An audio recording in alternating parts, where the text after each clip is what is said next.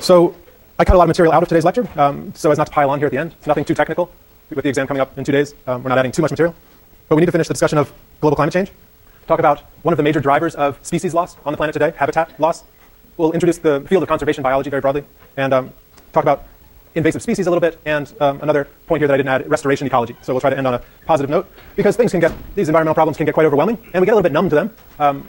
The problems seem so many and so monstrous, difficult to handle, we often just walk away from them. The debates this year, presidential debates, are getting attention for not having once addressed global climate change. It's the first time since 1988 that debates for the presidency have not addressed global climate change. In 1988, the evidence that I'm presenting to you now was fully available. Even before that, long before that, the evidence that I'm presenting now has been known at some level, at least the basics of the greenhouse effect, for 100 years. It's old. It's an old story. It's not something we are wrestling with seriously as a culture. The basics involve the fact that the sun produces the energy that is received by the Earth. Some of the radiation that the sun produces is absorbed by the atmosphere. Remember that we have an atmosphere. We have an atmosphere. We have an ozone layer in the upper atmosphere. Remember that that's biologically mediated. Where did the ozone layer come from in an evolutionary sense in the history of the Earth? Where did the generation of our atmosphere begin? And particularly, where did we get our ozone layer? Yes. Sorry? From the oxygen. Yeah, way back in the oxygen revolution, we had a generation of an oxygen-rich atmosphere, and ultraviolet radiation breaks the O2 molecule down into independent oxygen atoms that can combine with O2 molecules to form O3, ozone. So the formation of an ozone, a protective ozone layer against ultraviolet radiation, is a consequence of and a part of the oxygen revolution that we learned about earlier in the section. Well, yes, we have an atmosphere, a very complex atmosphere, and it intercepts some of the solar radiation that heads toward Earth. 20% of it, roughly, is absorbed by the atmosphere, and that warms the atmosphere, the upper atmosphere, to some degree. Another large percentage of it reaches the Earth's surface, and some of that is absorbed by the Earth's surface, either absorbed by plants, by autotrophs, or just absorbed by the physical Earth, absorbed by open rock or polar ice.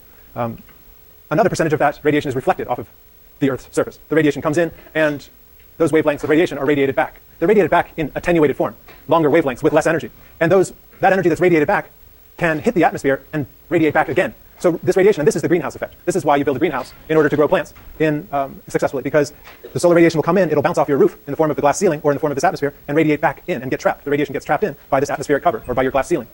That's what we mean by a greenhouse effect. And the atmosphere is more or less effective at trapping radiation within it. Well, there are certain gases that are very effective at trapping, at forming that ceiling, and carbon dioxide is one of them. Methane is another. Carbon dioxide is the one that receives so much focus because of just how great the changes have been and how rapid they've been. The addition of carbon dioxide to the atmosphere, as you know, primarily a consequence of the burning of fossil fuels, carbon-rich fossils that were laid down, much of which were laid down in the Paleozoic. So data on carbon dioxide in the atmosphere has been accumulating in a very sophisticated way since the early 60s. One guy was doing this as a research initiative in Hawaii, and after he stopped collecting the data, he's something of a champion in this subject because he battled through a lack of funding and persevered to maintain a data set in continuity that was later picked up and carried on after he stopped doing it. But as a consequence, we have this long-term history of carbon dioxide information, the amount of carbon dioxide in parts per million in the atmosphere from Mauna Loa in Hawaii, an area that's a relatively clean atmosphere, and it reflects the global amount of carbon dioxide in the atmosphere. So you can see in the early 1960s, it was registering at some close to 320 parts per million, and it's just simply made a steady increase. I mean, that's really simple data right there. What was known long before this is the role of carbon dioxide in its ability to trap radiation. So the prediction about the effect that this would have on trapping radiation, trapping heat, was well known. Now, within that ascending trend are these cycles, right? On an annual basis. Increases in carbon dioxide at some point in the year, decreases at another point in the year. So these ascensions and these dips across the year. And what's driving that? What's driving that fluctuation? Vegetation? How would the vegetation be driving that? It is.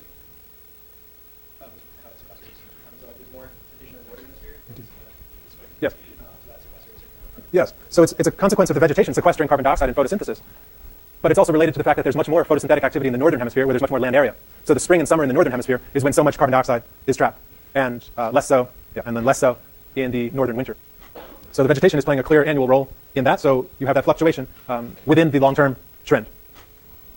Now there's also an ability to map temperature change over time and to model it in relation to trends in carbon dioxide. And the correlation exists between the two. A big part of the debate comes in terms of the relationship between the two. They are clearly correlated. Well, what is the causal relationship, if any, between the two? That would demand a whole series of lectures, if not a course, to unpack completely. Remember that the prediction for a relationship here always existed, even before the carbon dioxide data were available. One of the complications comes when you look at the detailed record from the past hundreds of thousands of years between carbon dioxide in blue and temperature in orange here. You can do this from cores taken out of Antarctica, ice cores that are drilled into Antarctica, where the gas bubbles are trapped in the ice, and you can look at the isotopes, you can look at the composition of that gas in those gas bubbles, and measure how much carbon dioxide there was back in time. And you can estimate temperature based on the oxygen isotopes in the same gas quantities. And when you look back hundreds of thousands of years, that correlation is clear between carbon dioxide and temperature. So it's not just from 1960 till now, with all the warming that we've seen in evidence of the last 50 years in relation to carbon dioxide increases. The correlation exists way back in time based on that evidence. The subtleties come in when you get into the fine details of this relationship. Because for the most part, in the past, what you saw was temperature increasing some hundreds of years, it seems, before the carbon dioxide started to shoot up. So there's a feedback in there, is based on most people's interpretation. There are complex feedbacks in there between initial increases in temperature based on changes in orbital forcing linked to the ice ages. And the primary favorite interpretation is that initial warming warms the oceans, that allows them to hold less carbon dioxide, so they expel carbon dioxide that triggers a warming cycle as a result of feedback. But you do get into complexities, and that's an insertion point for any number of skeptics who want to try to blow this whole scientific apparatus away, this 100-year-old scientific apparatus, within which there's a ton of debate, but not on specific points like those I've just mentioned, like the obvious role of carbon dioxide and its ability to form a greenhouse layer. But if you want detail, here's a recent paper. You can click for that question of the timing of carbon dioxide and temperature change in the past. Carbon dioxide is just one greenhouse gas. Methane is actually a much more powerful trapper of radiation. It's much more effective as a sealing in trapping radiation. It has a longer, the ability of methane to trap radiation is only on the scale of some 8 years that it lasts in the upper atmosphere, as a trapper of radiation, whereas carbon dioxide, its longevity is more on the scale of maybe 100 years. So although methane is much more powerful greenhouse gas, its lifetime in the atmosphere and its effectiveness at that is much shorter. But we need to be really concerned about methane in this context too, also because under the Antarctic, under the ice, there are apparently massive stores of methane from methanogenic bacterial production. And in the deep oceans, there's a bunch of methane stored. So particularly at the poles, if you start melting the ice as a result of warming and release methane, you could get into a really nasty positive feedback cycle. And that's one of the reasons for concern about the melting of ice. Well, be careful, because if you melt too much, you could really get into an explosive positive feedback there. It's a complex subject. There are so many factors involved. We're talking about the whole biosphere and our cultural dynamics in the context of these global biospheric dynamics. It's extremely complex, which is not to say that we walk away from it, right? That we should walk away from it. But more locally on the ground, when you think about the problems that local species face in reductions in population numbers, extinction, simply the alteration of habitat is one that you're forced to keep coming back to as a major factor in the problems that we face. We change environments. We change biomes and convert them into something more habitable, or something that we prefer in terms of the physiognomy of the landscape. We convert chaparral, woodlands, shrublands very effectively into suburbs. And we strip hillsides and clear spaces and plant vegetation that we prefer and replace all of that native habitat. And we do that all over the world. We do it in the oceans, we do it on land. And those alterations have massive impact on local systems. One of the ways that they strongly impact native systems is by creating edges. You break up a continuous ecosystem, an ecosystem that has some continuity, and cut it in half. All of a sudden, you've created an edge where an edge did not exist previously. The world is becoming more edgy, as some ecologists like to put it. Well, what's the big deal about a new edge? And notice that if you build a road, you've automatically bisected an ecosystem and created two edges where they didn't exist, between a new habitat and the original habitat. Here are actual data from a site in Wisconsin over more than a century of a woodland area that was progressively chopped up. So there's still woodland, but they exist in the species from that woodland exist in these little patches compared to what it was previously. And much of the water's been diverted, if it still flows at all, because you know that the hydrology changes when you change the forest. These are edge effects. If you think about an area, a large area, how much of that area is edge? So in this band, this tan band, how much of this patch is comprised of edge area? It's relatively low when the patch is large. The amount of that space that is edge is higher the smaller the patch gets by percentage, the proportion of it that's edge. What's the big deal? Well, these edge environments have different abiotic factors, have different conditions, abiotic conditions associated with them. Cut a forest, and the temperature is going to go up. The solar input here is going to be very different than it is in here. So if you cut this out, these organisms here that had not been experiencing intense solar input, higher temperatures, wind perhaps, those abiotic factors, now will experience those, and they respond. They're not accustomed to them. They're not acclimated to such conditions, and they respond. So that edge system is a new system. It's a boundary system. It's an ecotone, if you want, and it changes in structure a lot. So all of a sudden your patch, say you want to maintain a patch of forest, and you say, okay, this will be my boundary. Well, be careful, because it's not really going to be your boundary. Your boundary is actually going to be somewhere much further inside. So all of a sudden you've lost a bunch of area for that native habitat that you wanted. And this is a really important phenomenon in conservation biology and the decisions we make about which areas to protect. Conservation biology, there's a definition if you want.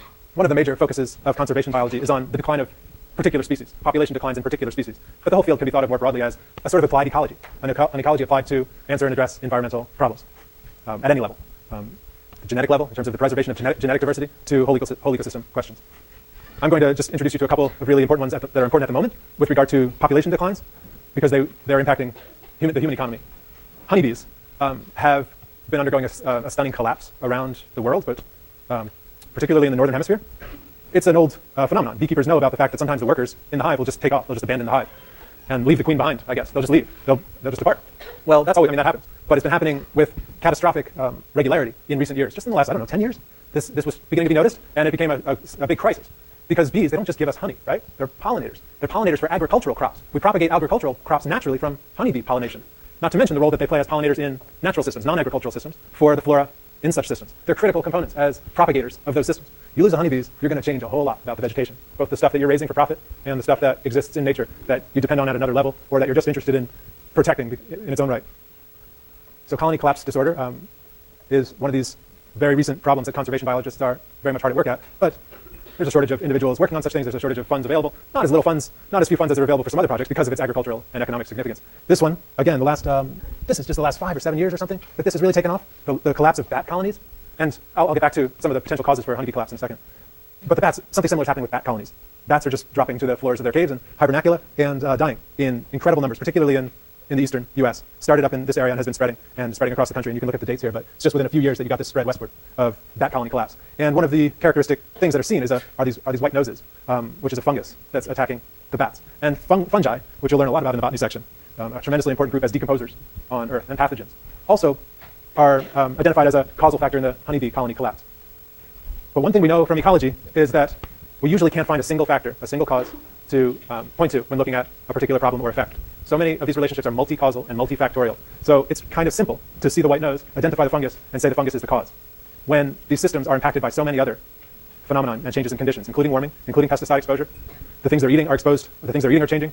So you have a whole host of environmental factors that have changed and that can trigger a massive change as a result of their synergistic effects, or better, their antagonistic effects. When two causes meet and produce an effect that's greater than either cause produces alone, you speak of a synergy or an antagonism if it's a negative consequence. And when you get these multiple factors, these multiple stressors that lead the system to the breaking point, you're often dealing with such synergies or antagonisms in the multi-causal framework.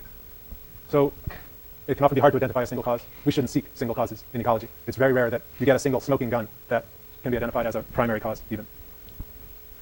Introduced species, I'm just highlighting this one. I'm highlighting a few of these major things we face that we just should be aware of as citizens of Earth. The introduction of new species to different areas is something that personally we can work to guard against as we move to different areas. You can even do things if you go visit a park down in the Monterey Bay area. Before you go walking in the park, you can clean your shoes. Just scrape the mud off your shoes. Maybe use a solvent even, a biodegradable solvent to clean your shoes. Because if you're bringing mud from here, from the Bay Area here, and taking it down to the Monterey Bay Area, you could be bringing all kinds of fungi or seeds that aren't desirable for that system. You could be introducing species just off of your feet by walking in one place and then walking in the next. As a small example of something we're doing all the time, transporting species around. Humans very effectively transport species around, either purposefully or accidentally. Beavers are wonderful creatures, but not in Argentina. Beavers are great in North America, not in South America, not in Argentina. They wreak havoc there and alter these systems in a way that in their native areas we see as a fundamental part of the ecosystem in their role as engineers in creating habitat for so many other species. But when you introduce them to an area where they didn't evolve and they and change those conditions, you have to think about the consequences and the desirability of that. Yeah, lamprey. Lamprey are this parasitic quote-unquote fish, basal vertebrate that has gotten into the Great Lakes through canal building from the marine zone, and they're parasites on bigger fish, and they've been introduced in that sense by humans having created the conditions for their passage, and many other fish have done this. Carp are doing this now in a very dangerous way. Mussels, various mollusks getting into the Great Lakes, an area that has a really important fishery, an old fishery that's facing collapse as a result of many of these invasives, including the lamprey, which parasitize your big game fish that are so popular. They simply latch on, they rasp with these teeth, and can ultimately kill the fish, but the fish drags it around for quite a long time. A pretty disgusting example. Or kudzu, if you've ever been into the southeast U.S. and drive on the highways, you can see landscapes like this, where this lovely plant from East Asia, I believe specifically from Japan, which it's a really beautiful plant, really useful, has various human uses, but you put it in the southeastern U.S., and it goes nuts. This introduced species becomes an invasive species. And we can split hairs with our terminology and speak of an introduced species as one that's taken from one area and introduced into an area where it did not evolve, where it's not native. And when it becomes disproportionately abundant, you can speak of it as an invasive to emphasize the deleterious effect that it can have. But no matter, these terms are often interchangeable. Introduced, invasive, exotic, non-native. And I worry about this subject because it's another one where people just get overwhelmed, get so used to the organism being there after some years that you just become sort of immune to it. Or you assume that it's part of your landscape and not to be worked on, like the eucalyptus here. A lot of the local people here love the eucalyptus. They grew up with the eucalyptus. The eucalyptus smell nice. They wave nice when they're wet. They're beautiful to bark. Eucalyptus are from Australia, and they didn't evolve here. They're causing a lot of problems here for native wildlife. But we've gotten to a point where there are Save the Eucalyptus groups. When ecologists go in and argue that we need to take this stand out and replace it with oak and bay and some of the natives, you have a Save the Eucalyptus group that wants to challenge you and say, why